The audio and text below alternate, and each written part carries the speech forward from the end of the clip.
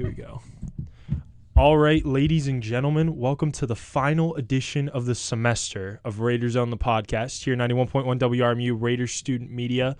I'm your host, Jacob Buttar. Back with me, some returners again, Tom Dry, Kris Jacoby, and a newcomer here to Raiders Zone on the final episode of the semester, my dear friend Brennen Kerns. BK, how are we doing today, buddy? Doing good, baby. Ready to talk some playoffs, the Yes, draft. sir. Ready to get into it. Yes, sir. We're excited to have BK here. I know he's going to have some good perspective on all of this. But as BK kind of alluded to, this show is going to be a lot about the NFL draft, NBA playoffs. We've all been pretty busy lately, so we kind of haven't been able to record Raiders Zone as much as we would like. But I'm going to get all caught up on everything with the NFL draft and the NBA playoffs. First, though, we'll get into the draft since that was just last week.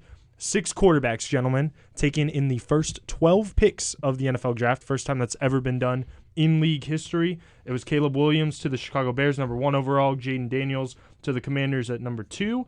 Drake May to the New England Patriots at number 3. The Shocker, Michael Penix Jr., number 8 to the Atlanta Falcons. Then you got J.J. McCarthy going number 10 to the Minnesota Vikings. And Bo Nix, number 12, to the Denver Broncos, rounding out that 6 quarterbacks that were drafted in the top 12. So, gentlemen, simple question here. Who will be the more successful quarterbacks of these 6, and who will be the flops?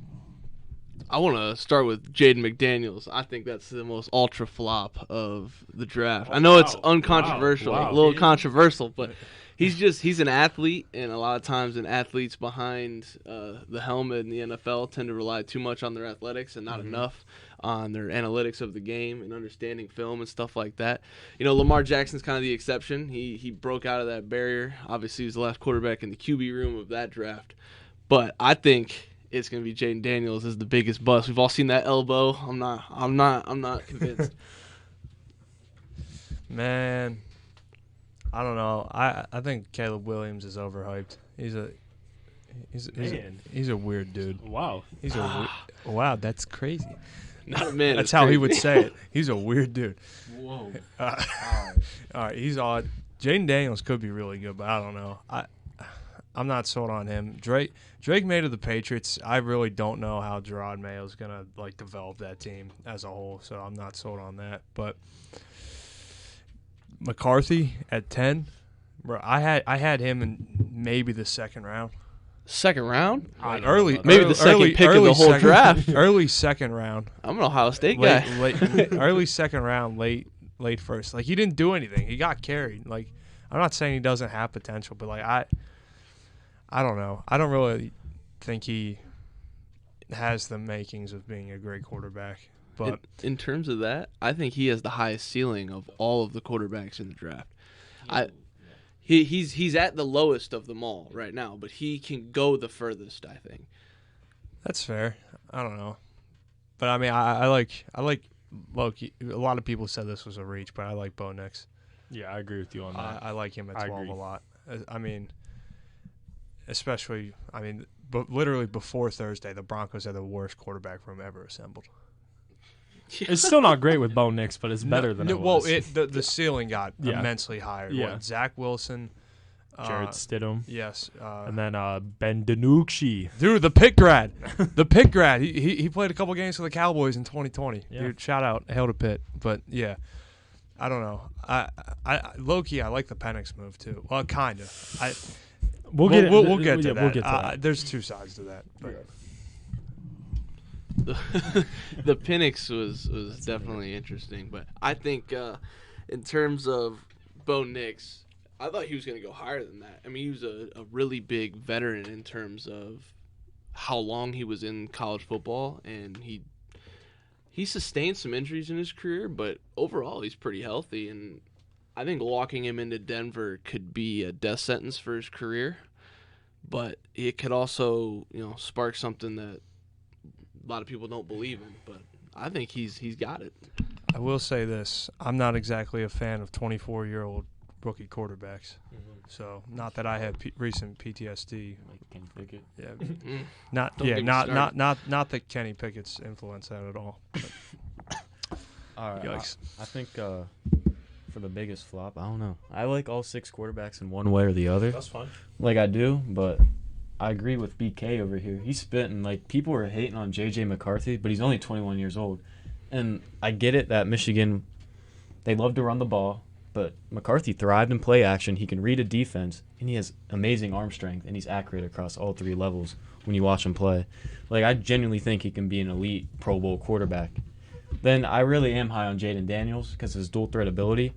But his small frame concerns me, just how light he is, because when there's a 230-pound linebacker coming right at him, he's going to get obliterated, especially if he doesn't slide. And that's one of his problems. He doesn't slide that much. But when you watch Daniels, he has an amazing arm. His deep ball is great. He drops it right in the bucket, and he's probably my favorite prospect in this draft. It's just, will he be able to add size, and can he stay healthy and not like get hurt when taking a big hit? I think his biggest issue is going to be his pocket discretion and how well he does the leap from college pocket discretion to NFL, because it's a whole different ball game. And on top of that, though, he needs to get a lot of weapons for him to develop. I mean, I think Caleb Williams is going to be really positive because the Bears, for once in their entire franchise, decided we're going to get some weapons for this guy. I mean, they threw Justin Fields kind of in the reef there, and now Caleb Williams is looking I mean, the standard in Chicago right now is high for what he's about to bring to the table. So, yeah, you're going right where I was about to go, BK. I think Caleb Williams is going to be the best quarterback in this class, and it's not necessarily skill, because I kind of agree with Tom. I think you were the one that said it. He's a little bit like overrated, I think, in ways. So, I mean, I wasn't fully in love with him at USC, especially this past year, even though he still put up like crazy numbers. But, I mean, you got to think about it. The dude's going to have Keenan Allen throwing to, DJ Moore, and then Roma Dunze now. And then you got Cole Kmet there too. And then not to mention guys like DeAndre Swift in the backfield too. So he's set up for great success, and I think he's going to be like the best quarterback immediately.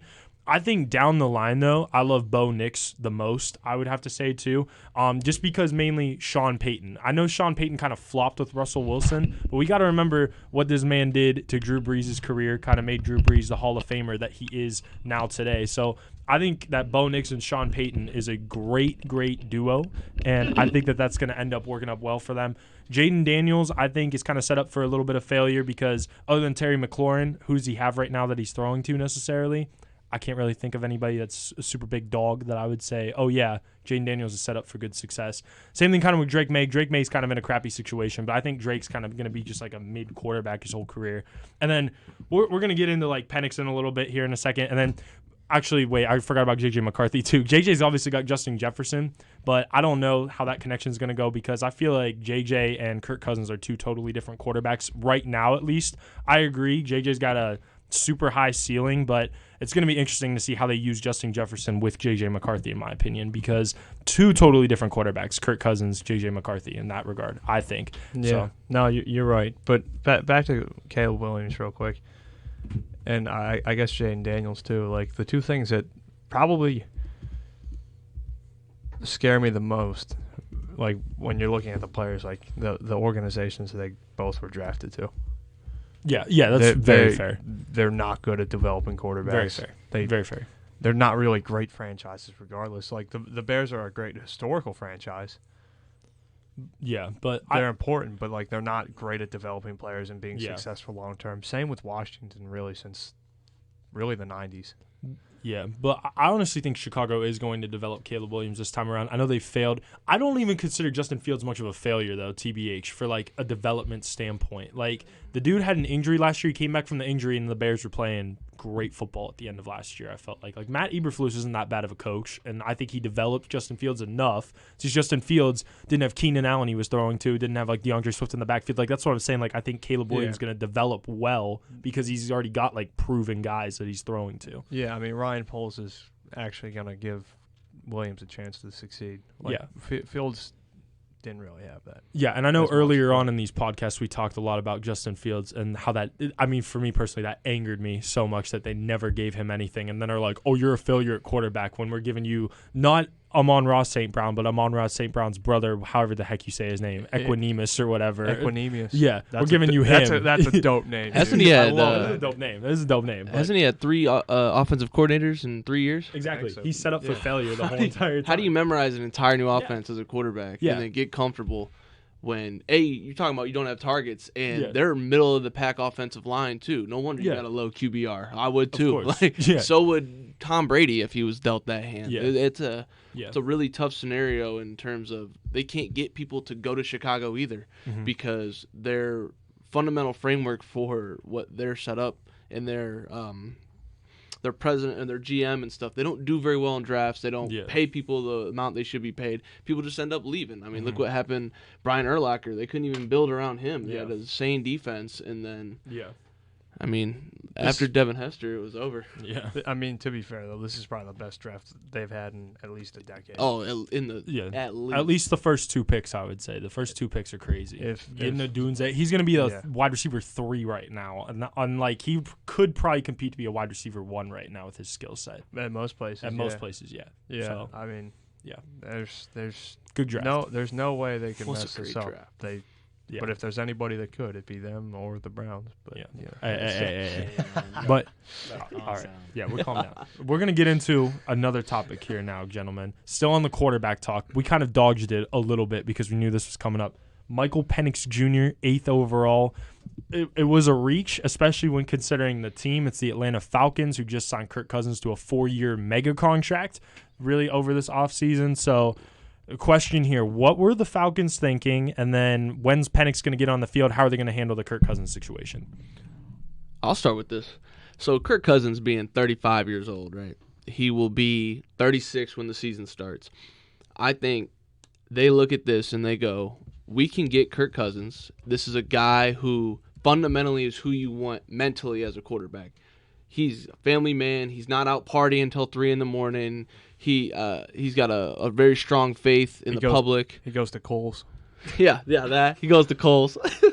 And I think they're looking at it. He's been kind of injury prone in his career. Just came off an Achilles tear. So they're drafting Michael Penix Jr. not only in this scenario of he's going to develop behind what's known as a pretty decent quarterback throughout his NFL career, but not only that, if he gets hurt, who's the next man in line behind Kirk Cousins without Michael Penix Jr.? I don't think anybody knows the answer to that question. So, to my point. Yeah, I mean, I really think that this is kind of like the idea of like redoing what the Packers have done, really with their last 2 quarterbacks, because they did this with Rodgers when they still had Favre, and now obviously they did it with Love while they still had Rodgers. I get that, but like my only issue is like, obviously the Falcons were a decent. They were a good team last year. They were a quarterback away from, I would say, at least going to maybe the divisional round, or having a chance to do okay in the playoffs. But I'm really because of how bad the NFC South was. But regardless, I get that side of it, and I like that idea. But like, why not wait 2 years and do this when Kirk? I mean, Kirk's a top 10 quarterback when he's healthy.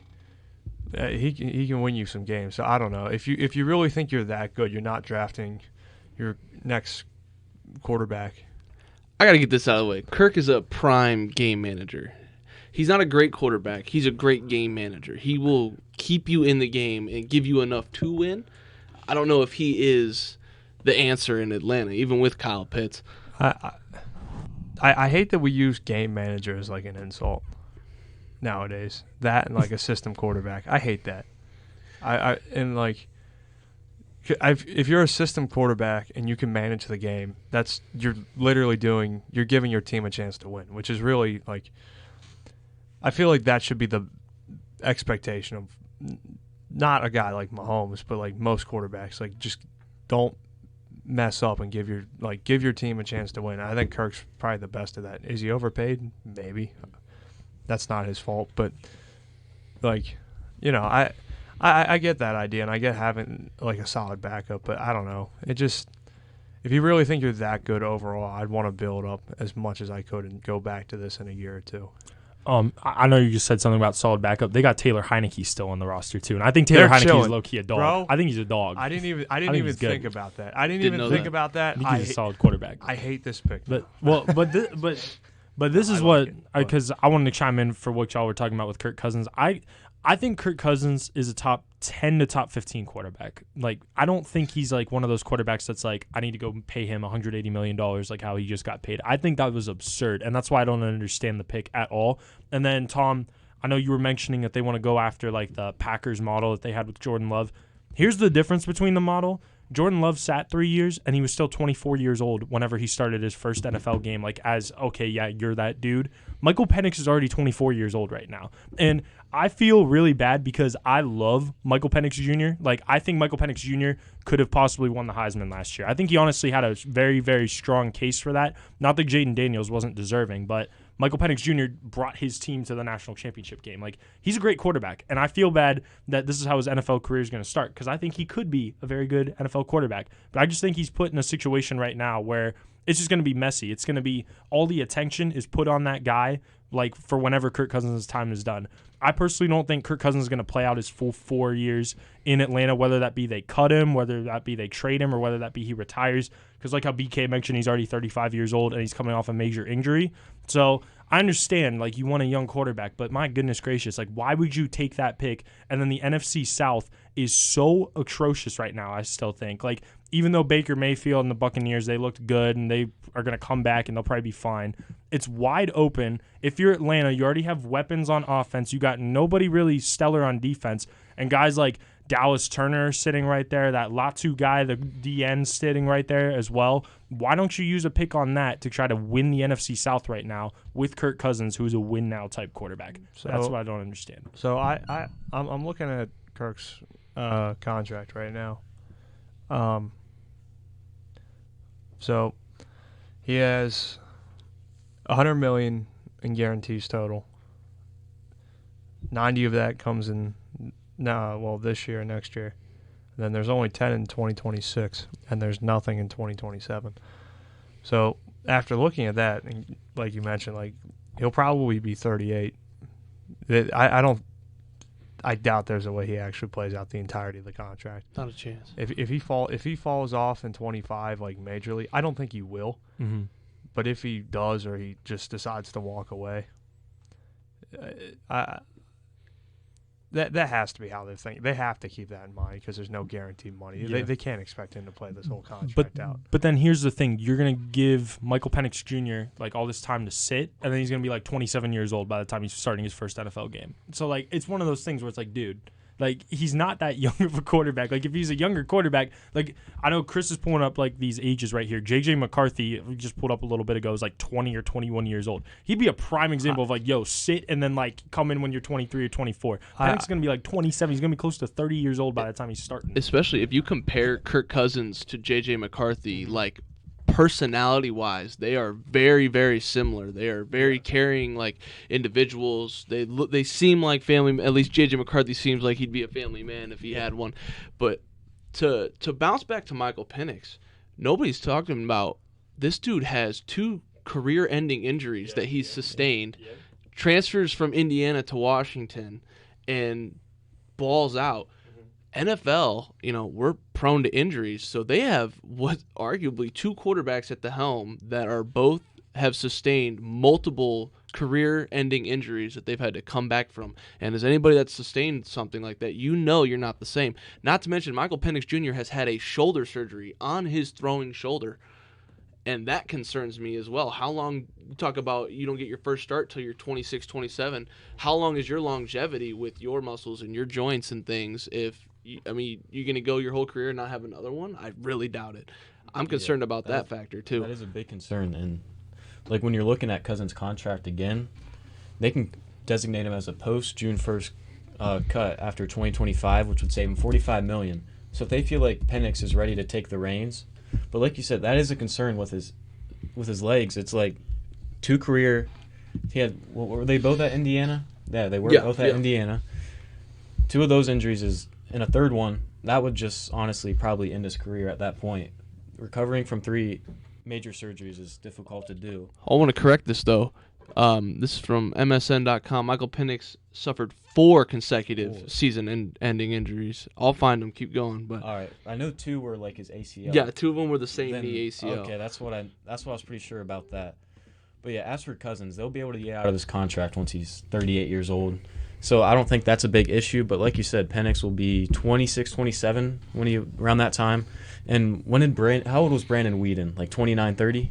Oh, my man, God, I try not to forgot think about him. about that. He's like he was easily 30, I think. Because Jordan Love was 24 when he took the reins, or 23, 24. Penix is 27. Yeah, I mean, it's and still- then again to go back off the Packers thing, the Packers are using what I think Jordan Love was like the 25th or 26th Yeah, pick in the that's draft. the thing. A late first round pick is what they're using Jordan Love, and he was 21 years old and still very raw. And then they were able to develop him with a guy like Aaron Rodgers. So I mean, like, I'm also kind of knocking on Kirk a little bit. He ain't no Aaron Rodgers. Oh, It's no. like- so it's like, no. But, but he's a great quarterback to learn from. How many? still. How many people are? Yeah, that's very true. Again, not a knock on Kirk. I was just thinking that off the top of my head right there. But I mean, I do agree with you about the McCarthy thing. That I'd rather have him be 24. like if you're going to when I use that start high him. of a pick, like use it on a guy that's young, not like a guy that's going to be, we're going to throw him in the fire in like 3 years and he's going to be close to 30 by then. Yeah, but I still think Penix has a higher ceiling than McCarthy.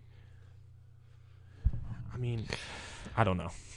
I don't think anybody's got a higher ceiling than McCarthy. That dude is dedicated and he is smart. He doesn't make mistakes. And you want to talk about a prime game manager? That's what he will be for his first couple years in the league if he develops into a superstar. Now, you're going to have to give this dude weapons and he's going to have to make some things happen. He's obviously going to struggle at the start.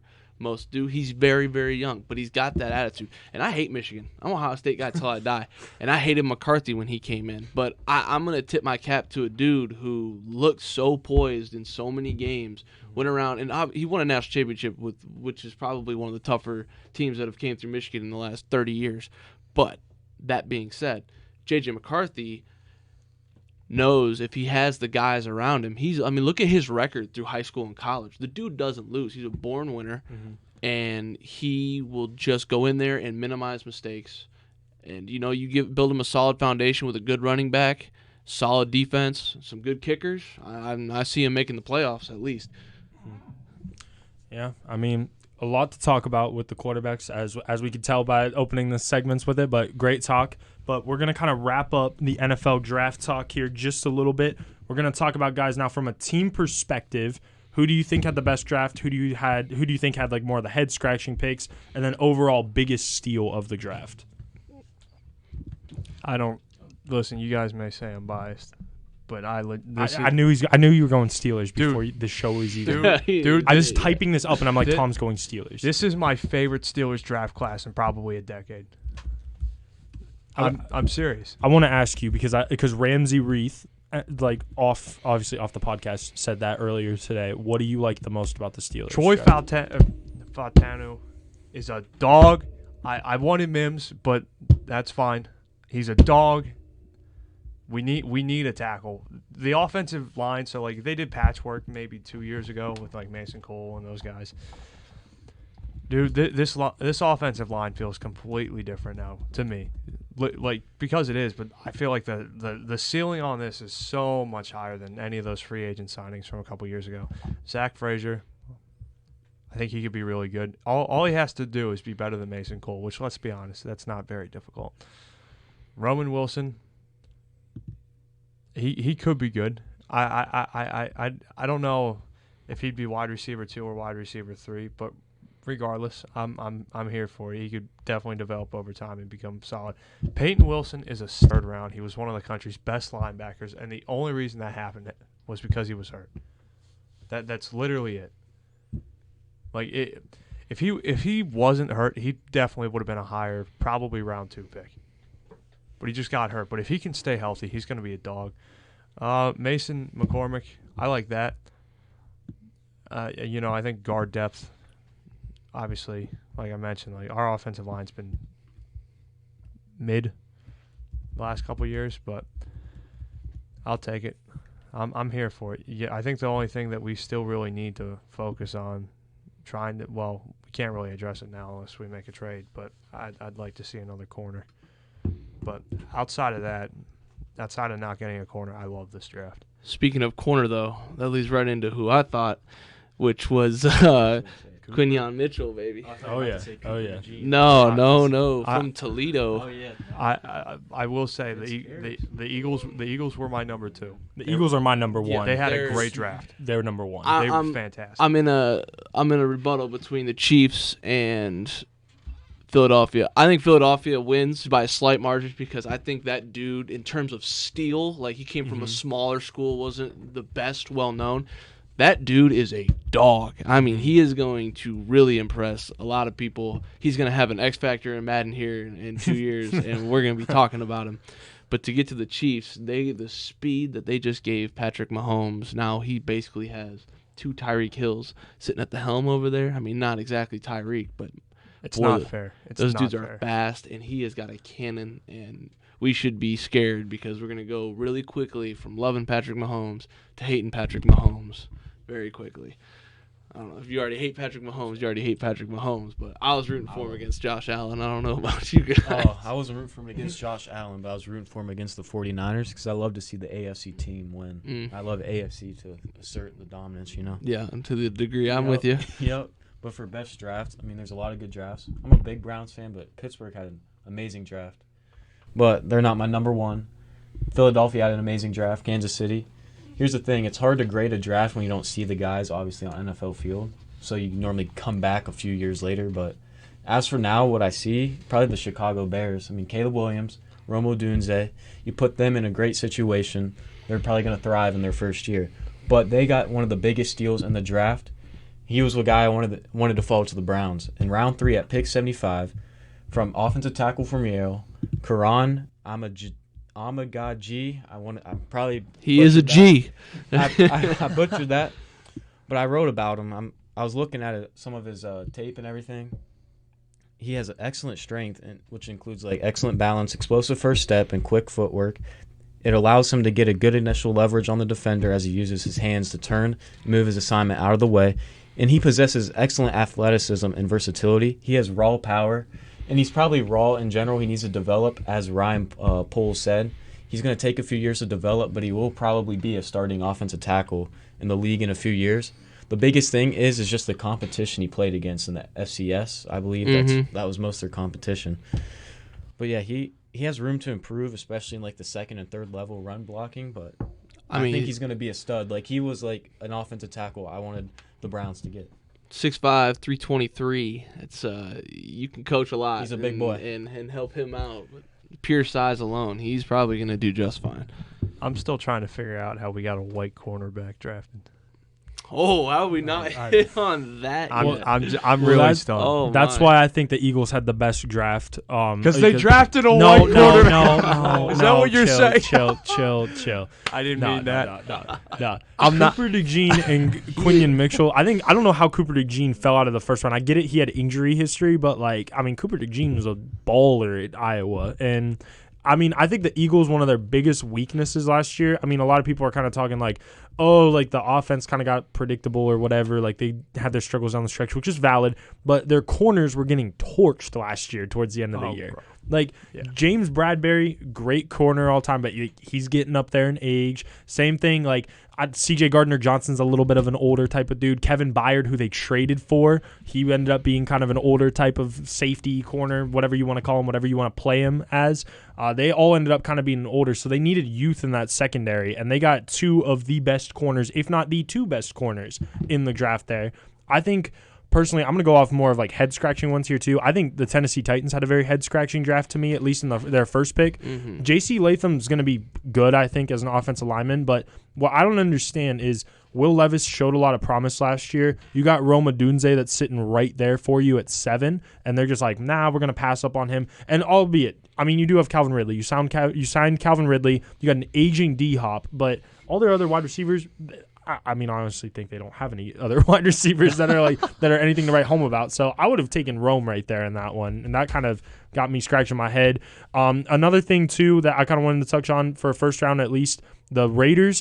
I understand kind of why they didn't go quarterback like Aiden O'Connell. They must really like Aiden O'Connell, and Gardner Minshew, a dog too. He's a dog. I don't know what they see in Aiden O'Connell. I don't either. I'm right there with you. But Brock Bowers He's going to be a great tight end. I don't know how he fits with the Raiders, though, personally. Like, Brock Bowers he's a great player, but I think that was a little bit like, man, you could have either gotten the quarterback there or you could have, like, addressed the defense, too. I don't know. I just didn't like that pick. What do you guys think about the Chiefs drafting Travis Kelce's replacement? Yeah, he just signed an extension, too. As he signed, so we kind of got another Michael Penix, Kirk Cousins situation going on over there. But Kelsey's 36. Yeah. So his career is coming to a short end very soon. It's also different in that they could both be on the same field. That's true. At the same time and have an impact. Well, you know what blows my mind? The 22. The Bills trading out of the first round basically with the Chiefs, so the Chiefs can move up and get a wide receiver that they'd been targeting for a long time in Xavier Worthy. And then obviously the Bills ended up drafting Keon Coleman, who will probably be pretty good. But it's like, if you're a Bills fan, I would have been so mad because like all the Chiefs have done to you basically in the playoffs is just like destroy all your hopes and dreams. Just imagine a year from now if Xavier Worthy's torching the Bills in the playoffs. As he will be. Yeah, because he's a great wide receiver. So, I mean, he went in the perfect situation, and it's thanks to Buffalo with that. Another head-scratching move, I think, just trading out of the first round. Coleman's good size, though. I mean, he's 6'3", 213. Yeah. And that's a big receiver. If he can stay healthy, he's probably going to be an elite target for Josh Allen in Buffalo over there. Yeah, sure. I need to say, I used to defend the Bills. I used to defend Sean McDermott. I used to defend Brandon Beane. Dude, they suck. Dude, this is me being nice. They should have traded up, not traded down. They should have, yeah. They should have traded up. They lost their entire team besides Josh Allen. They lost everybody. Literally, the entire offense, at least, besides Josh Allen. They didn't make any moves. They sat there and just twiddled their thumbs. They didn't do anything. And they just helped the league's best team get even better. Yep. Like, it's nonsense, dude. I don't know, man. Thank God I'm not a Bills fan. We'll see. I get mad enough at the Steelers. I hate my life if I was a Bills fan. I mean, hopefully no Bills fans are listening to this, but we'll see. We'll see how it goes. What are we gonna hit? Are we gonna hit 10 listeners this time? Maybe chill out. All right, we're gonna transition now. On that note of Tom being Tom, we are going to transition out of the NFL draft and get into the NBA playoffs here because the playoffs are bumping right now. Jacob, you're gonna miss this. Whatever. So, some series are done already. We saw the Oklahoma City Thunder sweep out the Zion Williamson-less New Orleans Pelicans. We saw the Minnesota Timberwolves sweep out the Phoenix Suns, and then we saw a gentleman's sweep. We saw the Denver Nuggets take out the Los Angeles Lakers in an incredible series. I don't care if it was 4-1. That felt like it was like a 7-game series because all those games came down to the wire. But what do we think about those series that are already over? What did you see from the teams that are kind of moving on that has you excited about them in the future? Oh, I'm so excited about the Timberwolves. I'm excited about the Timberwolves, but I want to start with how unimpressed I am with Boston. They might be up 3-1, but it's still not even a comfortable 3-1. Jimmy Buckets isn't even playing, and they're still holding close games. I mean, they're winning 104-93, and Jimmy Butler's not playing. You're losing 115-104 if Jimmy Butler's playing, if less, because that's one of the best defenders in the league. So if Jason Tatum is what I call a regular season superstar. He's a lot like Paul George in this regard. When the playoffs hit, he disappears, and it is so evident. He has scored 20, 22, 23, and 24, I believe. What's his season average? 26.5, and now he hasn't hit that, and he's relying too much on Jaylen Brown. Kristaps is hurt now. I just don't believe in Boston. We're talking about them NBA champions, and it's looking like Denver year after year. That's a good point. I mean, I don't think Boston's going to make the final. They're the obvious go-to pick at the beginning of the playoffs, but I think those Cleveland Cavaliers have something to say. I'm just joking. I'm just joking. I'm going to get to my point about the Timberwolves, though. Oh, my God. All right, so I want to talk about Minnesota, just kind of touch on it. Man, do I love Minnesota. Like, if Denver, whoever wins the series between Denver and Minnesota, me and Mr. Buttar talked about this. We think whoever wins that's winning the finals. Yeah, they're winning the finals. In my eyes. Minnesota's a bad matchup for the Nuggets. I mean, just look what Anthony Edwards can do to a team, though. He's like the next Michael Jordan. He is. Guard-wise. 31 points a game, 8 boards, 6 assists. My biggest thing is Minnesota crashes the glass. That's going to be a problem for Denver. Minnesota in this series had a 35% offensive rebound percentage. Phoenix had 18%.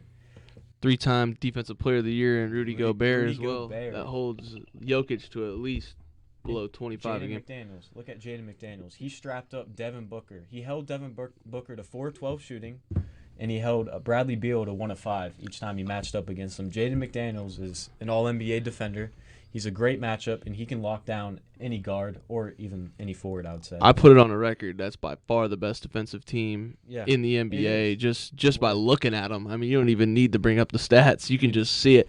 And that's pretty evident in some of these games that they've played. And now the innate ability of Anthony Edwards just taking off, scoring all these points, all of a sudden it's a really hard team to stay with because they're defending you on the back end.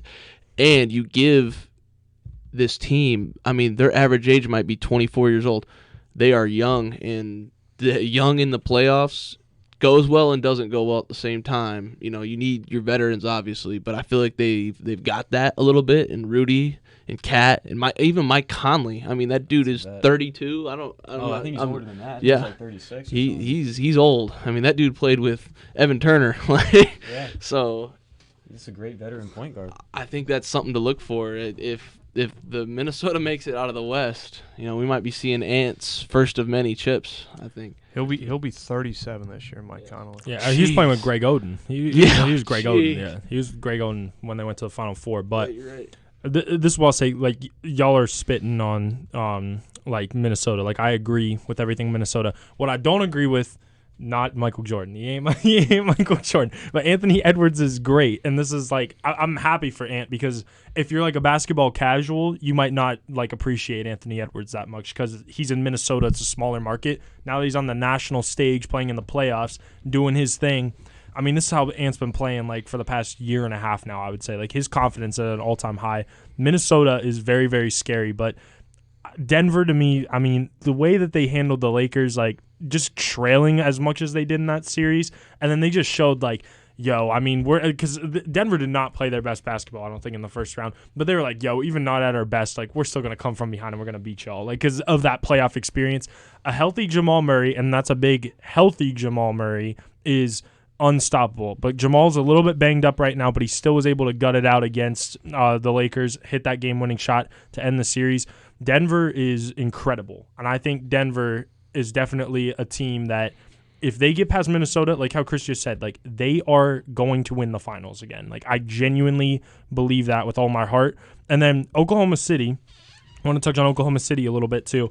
I know Zion didn't play, and I think that's a big reason why it was 4-0. I think that the Pelicans would have gotten a game or two with Zion Williamson playing, but Oklahoma City, my goodness gracious, like, I got to give them their flowers. They are deep, and I know they are a very, very young basketball team, but they are a deep basketball team. Like, they have great depth on that team. Shai Gilgeous-Alexander, I mean, I've come on this podcast many a times before. He's him. Shai Gilgeous-Alexander, a dog. Like, I think that he's not going to win the MVP this year, even though he's very deserving of it, and I think he's going to win an MVP eventually. But very, very good team the Oklahoma City Thunder are, and I don't think that they're going to make the finals. Like, I do not have them making the finals because of how young they are, but they're going to make it scary in the second round, and they could even make the conference finals. So we'll see. Conference finals might be a stretch, but I believe they're capable of it. Yeah. I have more faith in them is what I mean by that, because Will Moyer comes on this show, and Will Moyer all the time says the Thunder are going to win the finals. And I look at him and say, dude, they're not winning the finals. They're not even going to make the conference finals. After this first round, I would say they have a better chance of making the conference finals. But I agree with you. I don't necessarily think they're going to make the conference finals like as a walk in the park type thing. I think let me get this out of the way. I think the Mavericks are going to beat the Clippers in 7. Ooh. Okay. And I think Dallas is going to walk into OKC, and it is going to be a bloodbath because, A, I think Dallas can outscore the Thunder, but B, it's going to be a little contradicting what I said earlier, but that kind of young, I mean, they are 18, 19, 21, 22 in their starters. Chet Holmgren's 19 years old. They can't even legally drink, and they're traveling to city to city in the playoffs. This is this is troublesome when you start getting into Kyrie Irving, who not only is a NBA Finals, he's been there. You know, he's hit some really tough shots against what's one of the greatest teams ever assembled. You know, I just don't see how they get past the Mavericks. Well, yeah. So now that BK is talking about that, let's just get into it. What are we thinking Mavericks and Clippers in that regard? You know my take. I know your BKs. take. We got BKs. What? Mavs. Mavs and wait, it's 2-2. 2-2 back in LA tonight. Back in LA tonight. I'm just gonna say it goes to 7. Mavs and 7. Yeah, I'll agree with BK on that one. 7, baby. Kyrie Irv, tote that rock, baby. Well, and Kyrie. Luka was in the press conference talking about how he let Kyrie down, and this dude had like 32 points. That's insane. So, I mean, you better expect a 50 bomb from Luka tonight. Put me on record. 50 bomb from Luka Doncic tonight. What's the date? Well, May 1st. It's a Wednesday at 2:32 p.m. Yeah. I mean, here's the thing, and I know that the Mavericks just lost to the Clippers in Game 4, but in my eyes, low-key, they won that game because they were down 31 points and came back and took a lead in the fourth quarter. You know how much energy you exert coming back from 31 down and taking a lead? Like, I just think, and I've thought this before the series even started, Dallas is better than the Clippers for multiple reasons. One, the main big reason, Kawhi Leonard's not healthy. Kawhi Leonard might not even play again this series. So that's a huge blow to the Clippers. And then James Harden, I'll give him credit. He's not playing too bad right now to start this series, but you just expect it and you know it's coming. James Harden is going to do something stupid in a playoff series that is going to cost the Clippers. Russell Westbrook's kind of all over the place right now too. They have no consistency. Paul George is the only thing that's somewhat consistent. And that's playoff P, and I wouldn't even playoff P. consider that. Yeah, honestly. And Kyrie Irving right now is just balling like he's back in a Cleveland Cavaliers uniform again. Like, that dude is out of his mind right now. Out of it. He's just playing crazy. Derek Lively ain't getting enough credit either, too, and Daniel Gafford. Those two are dogs down low because I remember, I'm going to shout out Will Moyer again because Will and I talk about this all the time, especially since he's a Clippers fan. He thinks the Mavericks are strictly Luka Doncic.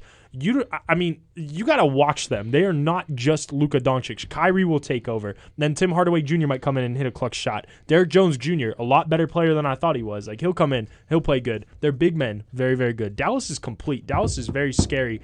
I think they're going to win the series, too. I might go as far as saying they might win it in 6. They might win the next 2 games, honestly. I wouldn't be surprised, especially if Kawhi's unhealthy. I wanted to say this. I didn't want to interrupt you, but Harden sucks, and he's going to quit at some point. He's going to quit on a plane. It's going to cost them because I saw it all too much last year. Yeah, James Harden is, like, in my opinion, one of the most overrated basketball players just because he never steps up in the playoffs. And that's why I'm giving him credit. He's not playing bad, like right now in the playoffs, I would say. He's not done anything to cost the Clippers, but he's not doing anything that's like Kyrie Irving like right now. Like, that's why I just think the Clippers are highly inconsistent. They sometimes look like they don't even want to be there. And my dad and I actually had this conversation. For the past 4 or 5 years, the Clippers have had arguably like the deepest roster in the NBA. And then they just decide when it comes playoff time, I'm going to take a night off like one of these guys. And then it just never works out. It just never works out. And I think that's what it's going to again. That goes all the way back to the Doc River days with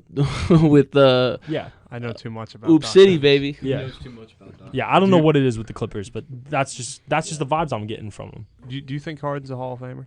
Oh my, yeah, come Absolutely. on.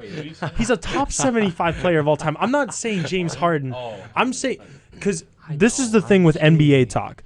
So like James Harden is in not like a role player category, obviously. Like he's in superstar because he's an MVP. He's been to a finals before with the Thunder, albeit that was very young in his career. He's just like on a different tier than most NBA guys compared to those guys that like people want to compare him to.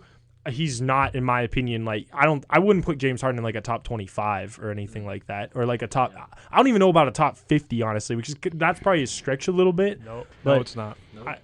He's got to do something in the playoffs, and right now, like I said, he's doing stuff in the playoffs that's good enough to have them at 2-2. He got carried by Harden, or no, my bad. He got carried by KD and Westbrook.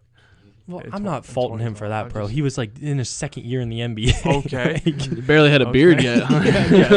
like that's not faulting him, but like he didn't do anything. I know your Sixers is a bad knock on his career. The Rockets, all of the failures with the Rockets, bad knock on his career. Can't the Nets, stand him. He quit every game at least once. Every game there was a mental lapse, or he just would give up on plays and we would lose, and he wouldn't take accountability for it at all. That's fine. Yeah, his head's at the club, man. He should have seen what he did in Houston. I mean, they were opening new clubs for him. Yeah, I hate that. He doesn't give a damn about winning. That's what I hate. No. We are. We're We'll get much in that in a Yeah, little bit too. We'll What's get next, Jake? because we're going to wrap up the West. This is kind of a crazy stat that I wanted to talk to you guys about. So since 2005, a guy by the name of LeBron James, Kevin Durant, Steph Curry, any one of those three has been in the second round. This year's the first time since 2005. So 19 years that at least one of those guys is not in the second round. Is this kind of the changing of the guard right now, do we think, guys? Like, Is it like now, okay, move aside, it's kind of the Jokic era, Giannis, whatever you want to call it? I'm gonna say yes now, but LeBron still has to leave LA. Yeah. And that scares the ever living crap out of me. I mean, he's gonna bring everybody he can, or he's gonna go join another super team like he already has, or he's gonna go create one. So look out for that. He might go join Minnesota, and then we're all screwed. Now you know, he's coming. He's coming home. My dearest you're LeBron. you're crazy for that. Philadelphia. You're insane. It's gonna be so. Windhurst just said he's not prioritizing playing with his son anymore. I think LeBron wants one more ring before he goes out, which I don't blame him. Get your 5th ring. He's got probably 2 years left, I would say. That sounds about right. A 2-year deal somewhere. Max 3. But he could be done after next year. We don't know. I feel like LeBron's the guy to have a retirement tour. He's going to let us know ahead of the season. But I think Cleveland does make sense.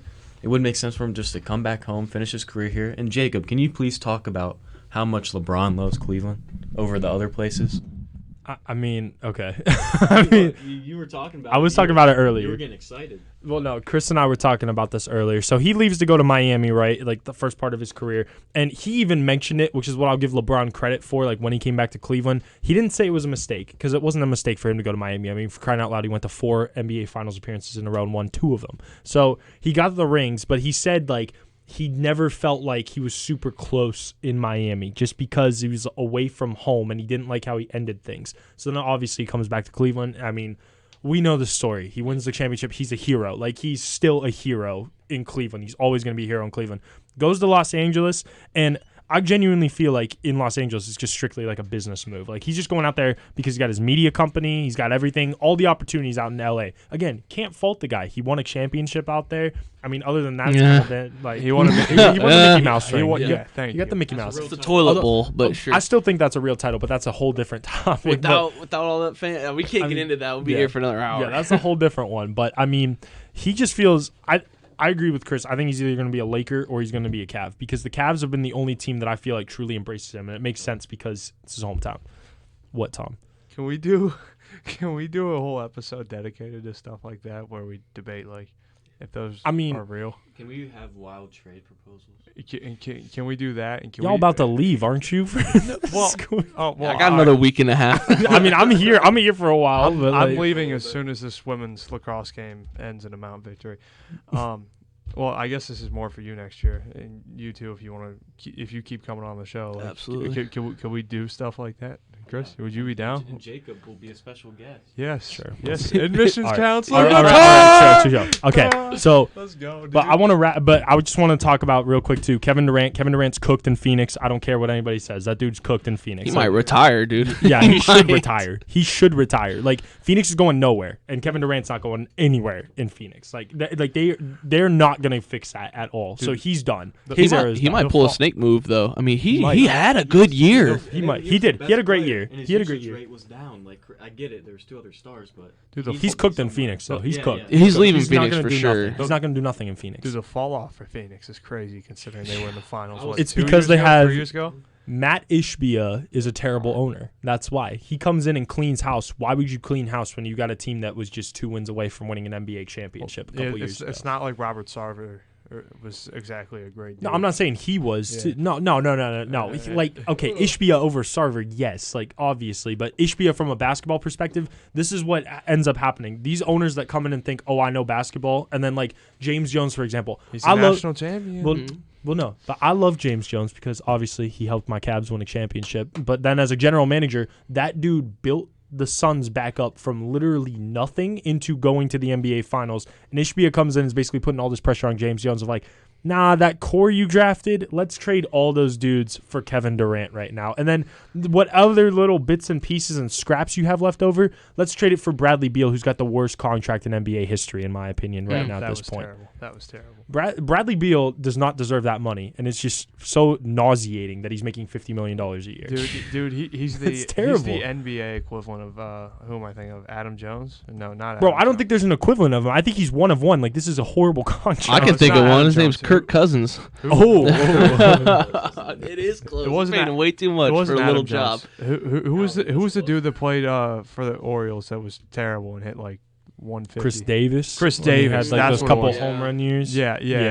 He's kind of the equivalent of Chris Davis. Bro, I don't know. Yeah. I mean Bradley Beal's taking them down, and Steph I think is going to be done too. Just because not because Steph plays fine, the Warriors are done though. The Warriors You Clay's think going to he'll leave. Draymond, whatever you're going to do with Draymond's. I don't know what you're going to do. Draymond's with staying. He's going to be in a Golden State Warriors jersey till he retires. I think but- he's either Golden State or Detroit. Honestly, Detroit. He's from around there. Yeah, he's from from around Michigan. there. I forget. I think he would go Yeah. there. Do you think I think Steph that's the only retires? team that would take him. No, Huh? no. Steph won't retire this year. He might retire in like a year or two. I wouldn't be necessarily surprised. I mean, but- Here's the do you thing. think he'll leave?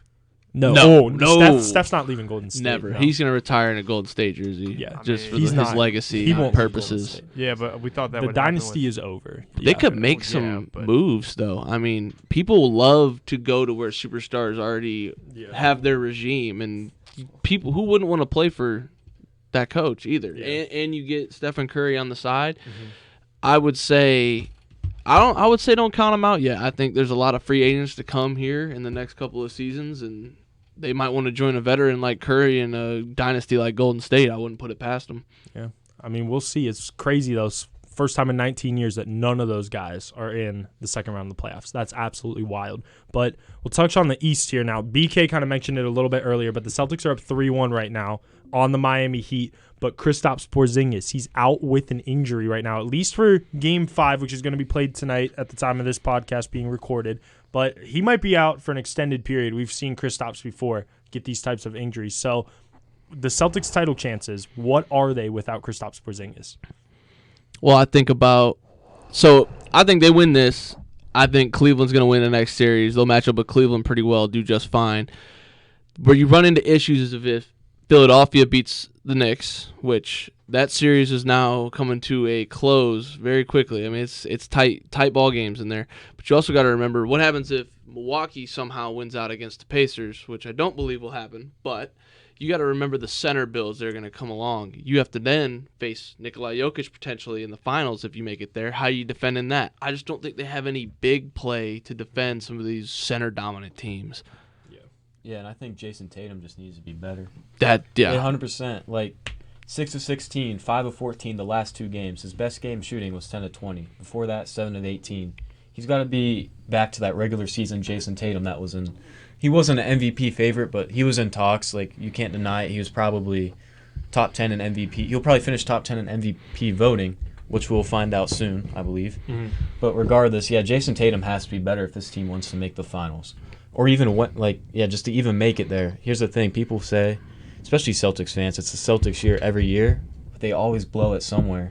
And along the line, I just don't think they'll win it this year. I don't think Dude, they're just the Cowboys. They're the Yeah, Cowboys I mean, in the NBA. yeah. Say that for the people in the back. But this is where I'll say they're not the Cowboys because, you're talking to right now, I hate Boston. I hate the Celtics, like, very, very much. Like, I've hated them from a young age. Like, when I first started watching basketball, Paul Pierce, Ray Allen, Kevin Garnett, I used to go to the Cavs games where they would play the 3, and I hated them so much. And I've hated them all throughout my life. But the one thing that I'll say they're not like Dallas, they at least make the conference finals, and then they also made an NBA finals. Dallas can't even do that. That's true. It's You more got about me the- there. So That was more about their fans. So yeah, it is. more Yeah, I so agree with than- about the fans. Yeah. But like Boston, to me, the key to Boston now for the rest of the playoffs, even if Kristaps is healthy, is Al Horford. Al Horford's going to be the key because he's the only lone other like big man that they got. I know they got that Luke Cornett dude. Luke Cornett's not going to move the needle at all. Legend.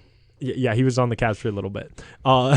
But I definitely think that Al Horford, he's going to need to step up his game in a big way. And Big Al might be able to. Like, the Cavs obviously cooked them when he was in Atlanta a lot, and then also when he was in Boston here too. But I definitely think that, like, Al Horford's the key because I think Boston's going to be fine from the standpoint that I think Tatum's going to pick it up a little bit.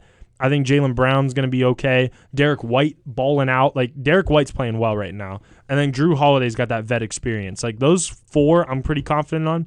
Kristaps, I don't see him like staying healthy throughout these whole playoffs, even if he does end up coming back from his injury. So it's going to be up to Al Horford. It's going to be Al Horford is going to be the key to if Boston can win a title. Because like how BK mentioned, going to run into Jokic in the finals potentially. Like, Minnesota makes it, like Rudy Gobert. Even the second round, though, like, think about it. If they run into the Cavs, they're going to have to face like Jared Allen. Jared Allen's balling right now for the Cavs. And then you even got like Brook Lopez, Giannis down there in Milwaukee. If they go, Miles Turner's playing well for Indiana. Really well. A lot of these big men, like Joel obviously too in Philadelphia for crying out loud. And really like New York doesn't necessarily, I guess, have a big man. But they're scrappy though. They're very scrappy. That's who Boston wants is New York. If Boston matches up with New York, they'll get through that series just fine. That's who Boston wants. I personally, I think if they get matched up with anybody else but the Knicks, they'll probably lose. Yeah. I don't see them beating anybody else but the Knicks. Oh, yeah. Well, Chris is telling me Evan Mobley, too. But I think J.A. is a little bit more physical than Evan Mobley. That's where I was going. I'm not trying to name like everybody, but like J.A. is more physical. That's what I'm thinking. No. But, I mean, I don't know. Celtics, they're in an interesting situation because they're going to beat Miami, I think. But, like, without Kristaps, I don't know how far you're going.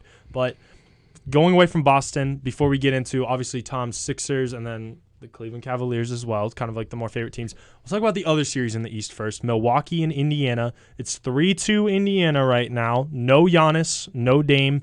Still, the Bucks were able to pull out a victory last night. A very scrappy win.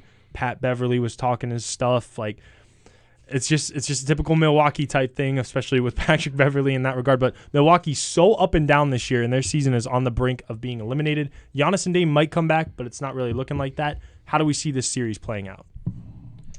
In terms of, I think if Giannis and Dame and Chris Middleton were all going at it, I think this series would be 4-2. They would cruise through it. Obviously, that's not the case. I don't know their return dates. I still don't know what happened to Dame, but Dame's was more like an Achilles strain a little bit. Like, not a tear, but he, like, strained it a little bit, so I don't know. He's old. He's hurting. Yeah. I personally think Milwaukee's season's over. I mean, we haven't seen a great transition with Doc Rivers over there in Milwaukee anyway, and them being as unhealthy as they are. The Pacers are a really strong defensive team generally, and they play very together. Tyrese Halliburton's a big assist guy, assist leader in the NBA. Miles Turner's turning up. Dude shooting, 4 for 9 from the 3-point line. It's like, it goes back to Milwaukee tonight, right? No. Are we back in? They're going to be. So they played in Milwaukee last night. They're going to play in Indiana. They're Thursday. playing. Yeah, Thursday. So they're back in Indiana on Thursday, and I think that might be it for them. Yeah, I agree with that. If Milwaukee was healthy, I would say Milwaukee would have won the series in 5 or 6. But they're not. They're simply not healthy, and I'm just going to say Indiana does finish it off. As simple as that. I just got Indiana. But whoever they play in the next round, though, I know we'll get to it in a minute. There's one team that I really love that I really hope pulls something off. That's all right. That's all right. Is that team the Knicks? I hate the Knicks. Good. You better. I freaking hate New York. All right, good. Well, so this is what I'm going to say. Indiana's going to win this series, and I think they're going to win Game 6. It's going to be because of their offense. Like, Milwaukee's defense all year, I don't know what the heck happened. It's been so terrible. And you've got, like, no reason for that. I obviously know, like, Giannis is out right now, so that could be, like, why they're struggling maybe in the playoffs. But Brook Lopez is a perennial defensive player of the year type candidate. Pat Beverly drives me crazy, but he's a good defender. And guys like that, their defense is so horrible in the playoffs still. Like, they just don't correct any of their mistakes. I've never seen it like this. Like, Milwaukee they got, like, some of the best players in the world, obviously. Dame is, like, one of the greatest point guards ever. Giannis, in my opinion, is one of the greatest basketball players of all time already. Like, but they just can't get it together defensively. And the high lethal offense that we're seeing from Indiana right now, Tyrese Halliburton really didn't play very well the first couple games. Now he's starting to get his groove. Miles Turner has been playing very well, like how BK mentioned. Pascal Siakam, especially those first couple games, my goodness gracious. Like, the first 2 or 3 games of the series, I think he was averaging close to 35 points per game. Like, they're cooking Milwaukee. Like, Milwaukee cannot play defense on them. So it's going to catch up to them, and I think Indiana's going to win this series in 6. And I never would have thought the Pacers were going to go to the second round, especially matching up with Milwaukee, and injuries are definitely a big reason why. But even at this point, if Giannis and Dame do come back, I kind of think like Indiana's got the edge on them just because they're so bad defensively. I think Indiana calls it there, though. I don't think they get anywhere past the second round. Yeah. New York or Philadelphia, I mean, if that might be what I would argue, they maybe take 2 games out of that at home. That might be a stretch. Yeah. Well, it's funny you mentioned that, BK, because we'll get into it. And I know Tom's itching over there. He's a Sixer fan, a big Sixer fan. You're going to be surprised with what I said. Okay. Well, we'll talk like New York right now and Philadelphia. It's shaping up to be a crazy series, obviously. They're big rivals coming into this series. They're even bigger rivals right now. I know the New York fans took over Wells Fargo a couple nights ago, and Joel wasn't too happy. But how'd they respond? Joel had a 19-point triple-double last night, and then Tyrese Maxey, my goodness gracious, hitting it from the logo to send it to overtime, 46 points. Philadelphia keeps their season alive. They're down 3-2 right now. Philly actually has the point differential edge, too. They're +4 in the point differential despite being down 3-2. So highly, highly competitive series. But what are we thinking is going to come out of that series? So I was disappointed when Knicks fans took over Wells Fargo Center, especially when Philadelphia is typically associated with like the most passionate fan bases in sports. That really grinded my gears, you could say. What do you think the issue is? What, with the fans? Yeah. I don't know. I don't know. They're not like Cavs fans. They're not. They can. Okay. Hey, I'm just dude, joking. shut That was just a joke. I'm just joking. Philly fans, because of their passion, notoriously can be a word I can't say on here. Maybe it's part of that. I don't know. Regardless, that sucked and it was stupid. But I still maintain that the Sixers should be up 3-2 in the series. But that's neither here nor there. Anyway, you're gonna be surprised about last night, Jacob. You know why? Why? I didn't watch. What? I wasn't How there. do you not watch it?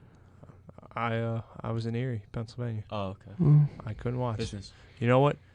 And Maybe you know what don't watch happens? the next one. I won't. You know what happens every time I don't watch? You know what happens every time I do watch? They lose. Yeah. I'm not saying there's a connection. It's hard to deny the evidence. No. I was at a concert. I watched it, and I was like, I kept debating, do I want to watch the game or do I want to watch a concert? I'm like, man, if we lose, I may do something drastic. I can't afford that. It's not going to be good. And the Sixers won, obviously. Tyrese Maxey, I may like him more than Joel now. I may. I'm not saying he's better. But He's a like, likable guy. yeah, He's a likable guy. yeah. I would say It's- Joel's very likable. Joel, Yeah, he is. Troel. You can like his game, but No, dude. outside the press, it's like Joel's a dog. I love Joel. I hate Jalen Brunson. but- No, I actually like Jalen Brunson, man. I just don't like the Chris, Knicks. we're on the same side with Nah, this. I like Stop- Josh stop. Hart of all. Jalen Brunson, no. You don't like him? Josh Hart is a hustle fanatic. Dude, that is the boards he gets. 6'4", averaging and 10 rebounds is crazy. He shoots lights out in the clutch. In the clutch, I should say. No, but I didn't watch. You didn't watch. And that it was a small price to pay for salvation. Yeah, you got the win. Like Tyrese Maxey. That's all you got to say is Tyrese Maxey. He's a dog. He's better than Harden. No, I'm just kidding. Right now, yes. Yeah, but for like, sure. I just have 3 words: Sixers in 7. Chris, I'll cry. I would cry. I'd think about it. Like, They bro, I get emotional thinking about They it. still got to win 2 games in New York. You realize that, right? Dude, Just one. They're going back to Oh, Philly they just for won their game in 6. New York. dude. So they still got to win 2, 1 back in New York. I will maintain this, that like even if we lose, obviously it's still on us for losing 3 other games. But New York got handed game 2. Okay. Oh, yeah. And then Handed. Tom. Handed. But then this is what I'm gonna say, and I know you're gonna disagree with me because you already The disagreed. Sixers got handed game 3. Yeah. Well, Is that yeah, what you're because gonna say? game 2, That's horse, that was that's horse crap. that- Horse crap. Just let me talk. Game 2, yes, the referee's terrible at the end of the game. I agree with you about that. Game 3, though, Joel, I don't care what you say. Like, I know they might have won that game without him. He ripped Mitchell Robinson's leg out from under him. Like, he could have easily been ejected from the game. He probably should have been ejected from the game. And Joel went on and dropped 50 points, and the Sixers won that game. So, like, right then and there, I think it balances out, at least from my perspective. Dirty play. Yeah, it was so dirty. Dirty. I didn't appreciate the play. Like, I played basketball up until my sophomore year of high school, and if anything like that ever happened to me, like, I would have lost my mind. Like, I know you don't do that in basketball. That is just dangerous. You might get curb stomped, you know what I mean? Especially your head is in the way of my feet. Yeah, that was a dirty play. No, he shouldn't have done that. Yeah. But, again, the Knicks, again, words I can't say. I don't like the Knicks, but the Knicks are dogs. Like, Tom They're Thibodeau's got that also team a bunch playing. of pricks. Hey, Pricks. I said an appropriate word. It's okay. I found the most suitable alternative. But no, Very, very accurate. no. The Knicks are gonna. The Knicks, to me though, are probably gonna win this series. But I wouldn't be surprised if Philly wins it in 7 because and we're gonna take it. The team that wins this series, like I agree, like BK kind of mentioned this too earlier, they're going to the Eastern Conference Finals. The winner of this series, they're going to beat Indiana or Milwaukee, either one of these two teams, I think. So, hey guys, if we get a Cavs Sixers, Eastern I'm going to Conference every Finals, game. You guys want to go? You guys? Yeah, wanna I'm go? going every All right. paying for those $500 tickets. If there's a game 7, I'm going. Yeah, I'm going there too. I'm going to game In second 1 round, I would go. Yeah. That would be How do electric. you afford this? Well, just look for the deals on Game Time. Shout out to Game Time, best ticketing. We're not SeatGeek. sponsored. Cavs tickets- SeatGeek's terrible. Dude, I they're hate not that expensive. No, they're only like $35. Yeah, they're only like $35 to go to the I'm a playoffs. StubHub guy. I don't know. Yeah. I'm a Game Time guy, but we're not sponsored. All right, so we're we're not But No, sponsored. no We sponsor. gotta- But if you wanted Well- to, yeah. If you want Yeah. it. hey, Game Time. On the off chance Tom. you're listening. Did you? So you saw the Maxey shot though, right? Yeah, that was stupid. It was stupid. That was maybe, and I was talking to Chris about this earlier in the day today. Like that was one of the wildest shots because I thought that was a terrible shot. Like Horrible. I mean, he barely has room coming off the screen, and then Mitchell Robinson's closing out on him. Like Mitchell Robinson, 7 foot. Mitchell Robinson's got the hand in his face. I have no idea how he made that 3, but that was one of the most insane shots I've seen. I don't think like, in the end he of the knows game. how he made that 3. It's insane. It's one of those when you just dropping 45, feels like everything's Yes. going in. You Yeah. can just let it fly, man. Yeah. Like, It's wild, but absolutely wild. I'm very excited for what. I'm very excited to see if the Bucks bring it. Mm-hmm. I'm very excited for Philadelphia to win in 7. Yeah. And So am I. we You haven't talked enough about. We haven't said a Well, yeah, word about the Magic We're yet. saving it the best for last, BK. Don't worry. All right, I'm Don't making worry. sure we weren't Don't worry. leaving talking Playo about? We know it. Banchero out of the conversation because I love this dude. Yeah, don't worry yet. So we'll transition to that right now. The Cavs and Magic go back to the 1990s, and this is like a perfect series for 90s basketball. Physical, both teams kind of trash talking, just a lot going on. The Cavs won games 1 and 2. I wouldn't say easily, but they've got double-digit victories in games 1 and 2. Held them to less than 100 points too, which is Yes. And then games 3 and 4, we don't really want to talk about that as Cavs fans, but they got blown out down in Orlando, and it looked like everything was going to go wrong, especially when Jared Allen misses last night's game 5, and Jared Allen's been balling for the Cavs. Somehow, some way, though, the Cavs, thanks in part to Marcus Morris coming into the lineup a little bit, Darius Garland stepping up his game, Thompson. Evan Mobley, one of the clutchest blocks you're going to see really in a playoff moment. Cavs pull off a 1-point victory to go up 3-2. The home team's won every game in the series so far. It's going back to Orlando. What do we think is the outcome? The outcome's going to be for the rest of the series. I know it's Cavs in 6. That's what I predicted for Woo! the little article. that is. We all agreed Cavs in 6. You know what? They're going to get that road win. And Darius Garland, man, if he plays with confidence like he had last night and he doesn't do those AAU turnovers that you love to talk about, if he just takes care of the ball, makes the extra pass, this team is going to be unreal. They're going to limit the turnovers. Evan Mobley, this dude's going to be an MVP candidate in a few years. He's continuing to put on size. He's going to win multiple Defensive Player of the Years. He's a next generational talent. I would say that right now. I think he's better than Chet Holmgren.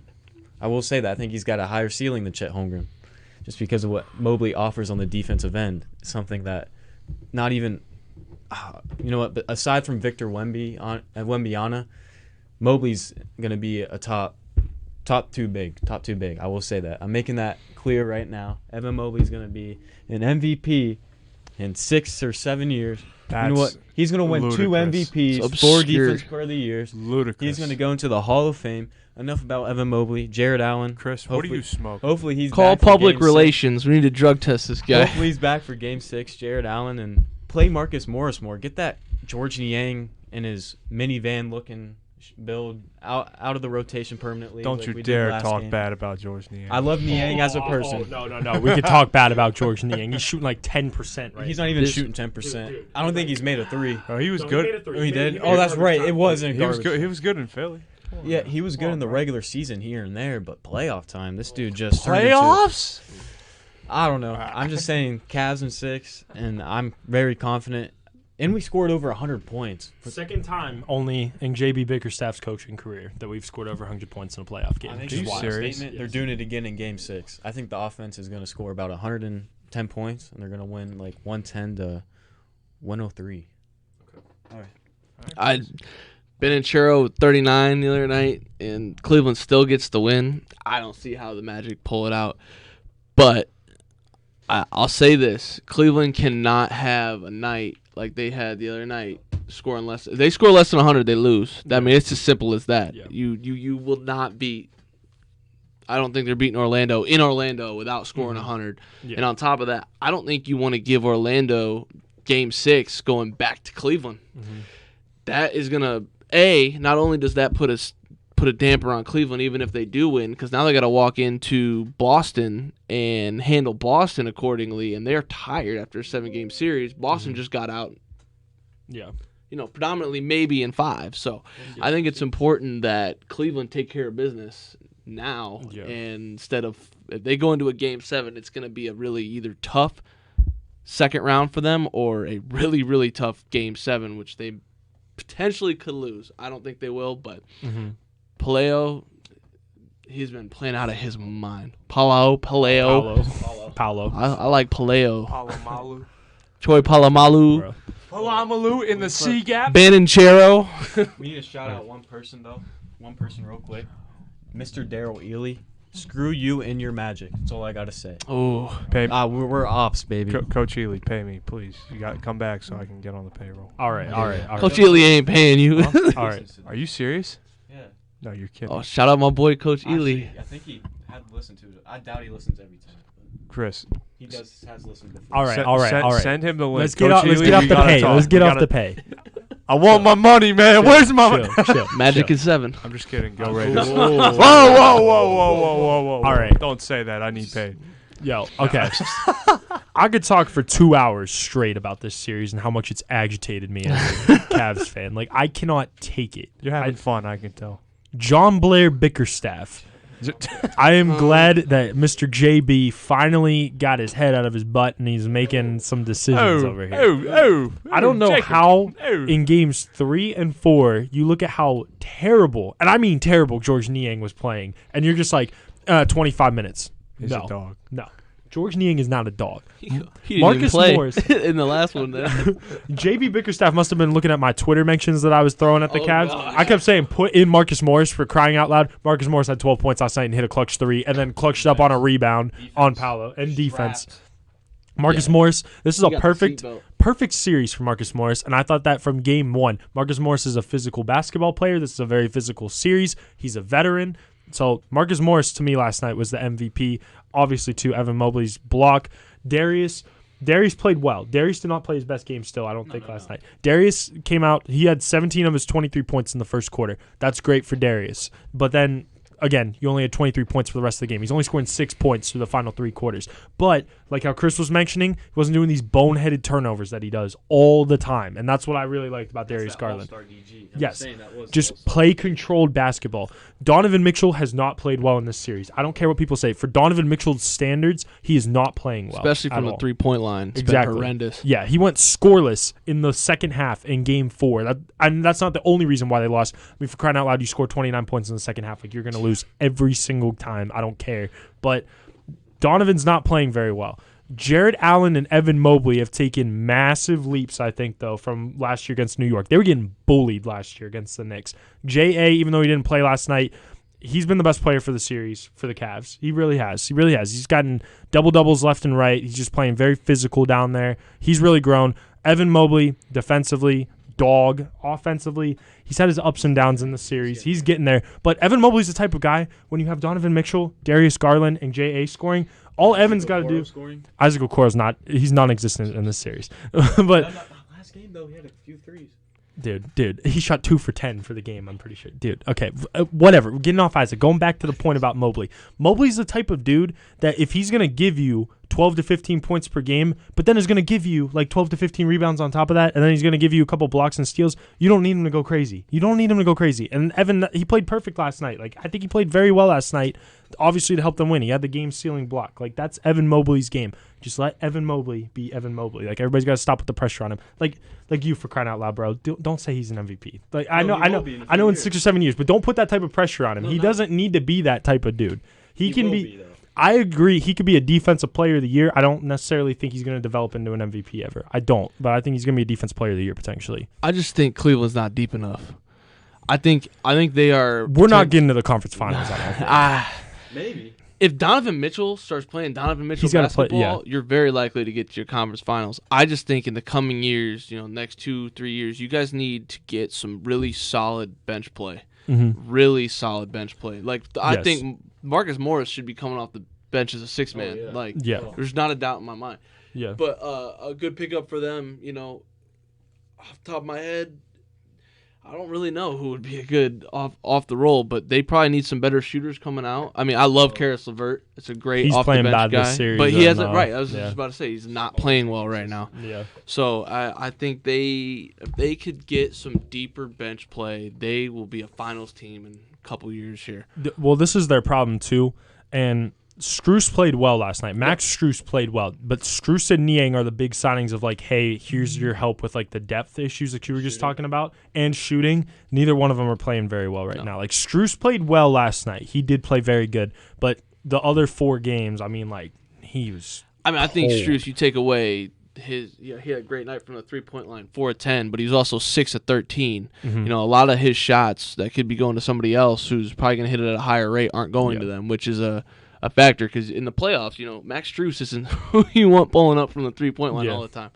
And he took some deep shots. Yes. You notice that? Like early, I think 2 possessions, he just pulled up. Yeah. Pulled up. Both were breaks. Yeah. But then from Orlando's perspective, because for one, I just want to put this on the record. I have more confidence in the Cavs, but I don't have confidence that they're going to win Game 6. I don't. I just don't. Because the Cavs are just so inconsistent with how they play basketball, and I just think that they're not going to win in Orlando, but I do think they're going to win in 7. I think this is going to be a series where every game the home team wins. I do think that. Because Orlando, terrible on the road. Orlando's terrible on the road. So I mean, I'm confident the Cavs can win in Game 7, but I don't think they're going to win Game 6. That's personally. Another team that lacks severe depth is Orlando. Yeah. No idea how they're even in the playoffs. And Orlando, to me, I want to give them their flowers a little bit because I didn't think that they'd really compete very well, especially after the first 2 games, but they've turned it up. They played well. Mo Wagner and Franz Wagner, though, let me tell you this, and I know they're not going to listen to this, obviously, but they have got the most punchable faces in the world, and I would love just one of the Cavs guys just to lay them out. When Franz Wagner's doing his taunting to the Cavs crowd last night, I don't know how. Yeah, I don't know. Have Marcus Morris. He's too valuable. Get Tristan Thompson in there. He was valuable though. He's valuable when Damian Jones then. Let's throw Damian Jones in there. Let's get him going. But I think the key to beating the Magic, let Paolo do whatever he wants to do. Just like limit the other dudes. Like Franz Wagner went off in Game 4, whatever that was, and they ended up blowing us out because Franz Wagner's going off. Once you get a guy like Jalen Suggs, he's had a couple nice games. When he gets super confident, like that's when it gets scary. Let Paolo go score his points. I don't care if Paolo scores his points. Just don't let like dudes like Wagner and Suggs and Cole Anthony and all those dudes. Like don't let them get hot. Like that's the key for the Cavs beating them because the Cavs have them beat. I think the Cavs have had them beat the whole entire time. The Cavs have just lost the games themselves because they don't shoot the ball well. JB Bickerstaff is an incompetent coach when it comes time for the playoffs. And now they made some adjustments. I hope they stay with the adjustments. That's all I'm going to say. All right. What's next, Jacob? All right. Well, I mean, we're done. We're done. NBA playoff talk. So this is going to be kind of our last show of the year. So sad. So sad. Jacob, don't leave. It's okay. It's okay. Is it? It's fine. So as a last type of call question that I kind of came up with here, over this past year, since we're kind of ending up the school year, what's been your guys' favorite sports moment? It could be from anything, really, over the past year. What has been your favorite thing? Whatever. If you want to go. Whatever you want. Yeah, so mine, I'll just say a game I went to. Browns-Jets clinching the playoff spot. That crowd was electric. Even though the crowd is always electric there. It always is, no matter how bad they are. You know, I went in the 0-16 season. Still a great crowd, even though we were complete garbage. But, you know, I love that we all like to show up. Some people like to get a little drunk, especially in the dog pound, and they get hostile. So you might not want to sit down there if you're a Steelers fan. Just a heads up. I'll see you there. Just for your protection, there's some idiots that sit down there. I'm just letting you know. I'm sure you know. Mhm. Woof, woof. It's bad. But other than that, amazing crowd, you know, electricity. It just felt so good. Whenever we clinched that spot, like, it went crazy. And when Nick Chubb came out and smashed the guitar, that was the loudest crowd pop I've been into, probably since the Oscar Gonzalez walk-off home run for the Guardians back in 2022. But, yeah. I got a strange one. Not necessarily strange, but not something I would have expected myself to say. My favorite sports moment from this year was Ohio State women's basketball versus Iowa in the shot, and they beat Caitlin Clark. And forget who dropped like 40 points on them, but it was the most electric I've ever seen the shot. And I've been to plenty of men's games over there. I mean, more than a handful. And Ohio State ended up winning out, and it was just an overall really good night. And it was fun watching Caitlin Clark play, and it was a blast. Kenny Pickett getting traded. Oh. That's my man. Really? That's You were like depressed. Well, not really depressed, but you were like heated that day. I was mad, and you just because I don't. Well, it's not. Well, you my didn't know problem Justin anymore. Fields was coming to Pittsburgh. Because I remember you were heated because you were like Russell Wilson. Dude, and you got no even other the players quarterback. and that wasn't actually my real thing. I was just kidding. But even like Jalen Warren and the running backs are like, yeah, he didn't lead and he sucked and he was a dirtbag kind of like in the room. So I'm like, all right, maybe it's a good thing. Mm-hmm. Can't be worse than $1 million Russ. Trust Russ. Oh, jeez. Russ I'm trust. excited for Russell. Dude, it's such. I wish you were on the show for that. I had a 15-minute rant. Oh god. It was, Dude, yeah. Dude, Yeah, yeah. it was no, wild. It's low risk, high reward. But no, I was gonna say my favorite, like the favorite game I've been to, because I guess that's like what BK and Chris did. Cavs-Sixers in Cleveland. That was my first NBA game, and it was Ever? Yeah, I didn't realize that was wow. your first ever. yeah, it was my first one ever. That was a hell of a game. And then I went to two more in March, and the Sixers blew 2 10-point leads. So that sucked. Yeah. I still have yet to see Joel play. Jeez. I went to 3 games in like a 3-week span. Dude, I know what in you all mean. different Yeah. cities, and I feel you. B didn't play. I went to 3 games to wrap up the Cavs season. Didn't see Donovan Mitchell play in any one of the 3, so I totally get what you're saying. That's why I got respect for Ant. He don't do that Hey, crap. man. Hey, man. He's like, you Yeah. know, that's his biggest problem with the NBA is people not playing Yeah. and trying to play all 82 if they can. Yeah. Well, let's see. For me, I'm gonna go since we're going off the theme of like favorite sporting events that you went to. When I went to Toronto to go see the Cavs play the Raptors, that was pretty dope just because it was in a different country and it was in a different arena. I just like going to different arenas like that. Cavs lost the game and it was kind of meaningless in the like the long term of things, but it was honestly pretty cool too. It was RJ Barrett and Emmanuel Quickley's first game with the Raptors, so especially the home game, and like RJ's from Canada, it was really cool. Like in the intros and everything, like they went nuts for RJ, so that was pretty dope. Did But- you become an honorary Canadian for that? No, but this is what I will Be say. like, This is a very funny story. So I've been to multiple different like opposing arenas. So I've been to Philadelphia, ruthless. I'm 16 years old and I'm getting cussed out like just nonstop, just wearing my Cavs stuff. Oh, yeah, I remember buddy. I had the Jordan Clarkson jersey on for the Cavs and I was getting destroyed for having that on. Bro, like, they were probably like, "Get ready to learn Chinese, buddy." yeah, they hated it, and that was like Ben That's great. Simmons, Joel. Like that was when Ben was good too. Don't say his name. I just wanted to get a reaction. His on name it. is crazy. But they were ruthless. I went to a game in Detroit. They were like they weren't mean, but it was kind of one of those things where it's like whatever, you're a Cavs fan. Pacers fans, I went to an Indiana game too. They were also the same way. They were kind of just like yeah, you're not one of us, like whatever. Toronto fans are the nicest fans in the world. I just want to say that. Like it's a Canadian thing, like for real. How you doing, Cavs fan? Dude, I'll never forget. So all the way here from Cleveland, man. So I don't want to. You want to go skiing with me? Yeah. So I don't want to say I was an idiot during the game, but I was getting like pretty animated because I was getting frustrated that the Cavs were losing and blowing it because they should have beaten the Raptors. This was right before they went on like that 18 wins and 20 game stretch too. So this is when they were struggling still. So I was very, very frustrated and like I'm visibly upset, like yelling at the court. The one Raptors fan taps me on the shoulder as we're getting ready to walk out, and I'm like, oh man, like what's this about? And I turn around and he shakes my hand and goes like, thank you for coming to our game, man. Like we appreciated having you. Like safe travels back to the States because like we told him from like the United States. And I was like, man, like I can't be mad no more. You people are awesome. They're so nice. Buy a pretzel now. Yeah. Go to a cabin in Canada now and go hunt. Yeah, I mean, it was cool. Like that was a dope experience. But like my favorite moment, it was still Cavs. It was when Strus hit the 3 from like 3/4 court to win the game. Because I was at the National Sports Forum for that in our hotel room, so I only caught like the tail end of the game when they were playing the Mavericks. And I remember it's my boy Billy here on campus. Like we were sharing a room, and we both were watching the game, and they could hear us. Like there were like the other interns were down the hall or whatever. They heard us screaming and jumping up and down from the end of the hall, like after Strus hit that, because like we were just in denial that he hit that 3. Like it was wild. That's a long shot. Wild. It was wild watching that. Dr. B and Dr. K, like, what the hell's going on? Yeah, honestly, if they would have heard us, like for sure. But yeah, that was my favorite sports moment. But gentlemen, it's been great doing Raider Zone here with you all for this semester. Thank BK, you. glad that we got you on. Yeah, this Thank is you. fun. I'm gonna keep coming back. Oh yes, sir. Yes, sir.